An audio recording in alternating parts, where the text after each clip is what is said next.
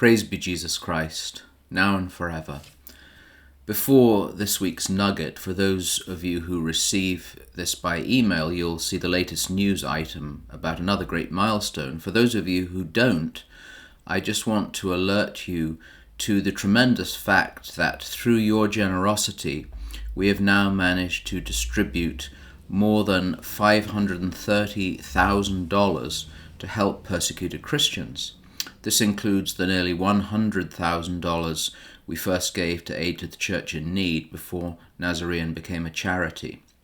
Just this week, once again, only because of your support, we made our largest donation to support family businesses in Iraq, 7 in all, helping multiple families, a minimum of at least 40 plus people.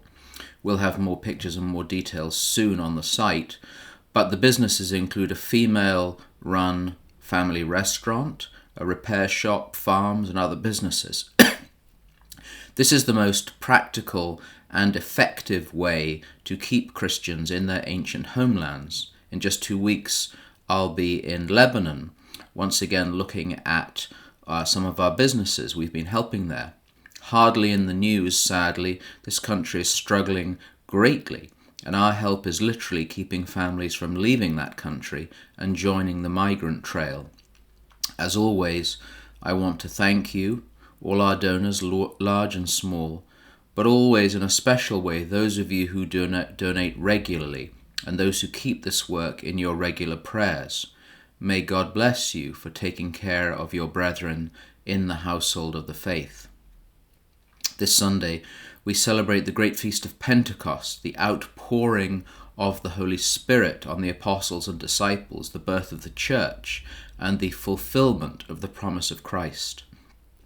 I always find that passage in the Acts of the Apostles when Paul arrives in Ephesus and asks the disciples if they've received the Holy Spirit, and they respond that they never knew there was such a thing as the Holy Spirit. That's always quite amusing.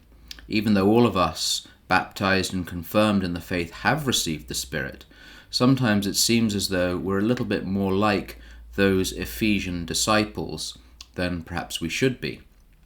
I came across a beautiful passage of the instructions of Cyril of Jerusalem to the catechumens, those converts either recently baptized or about to be baptized. Cyril became Bishop of Jerusalem in 350 AD, so we're hearing very early instructions from a doctor of the church. Listen to these beautiful words of St. Cyril describing the Holy Spirit, and think over these coming days what aspects of his presence you need to experience more fully. Cyril says of the Holy Spirit, "His approach is gentle, his presence fragrant, his yoke very light. Rays of light and knowledge shine forth before him as he speaks. He comes with the heart of a true protector.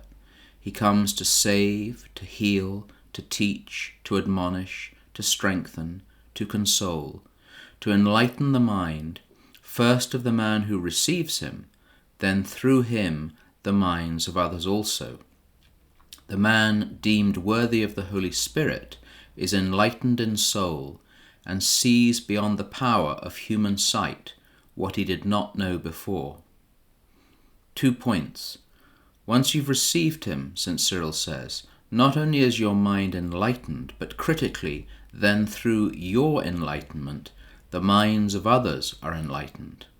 Isn't that the basis for all evangelization, both one-on-one and all the greater schemes?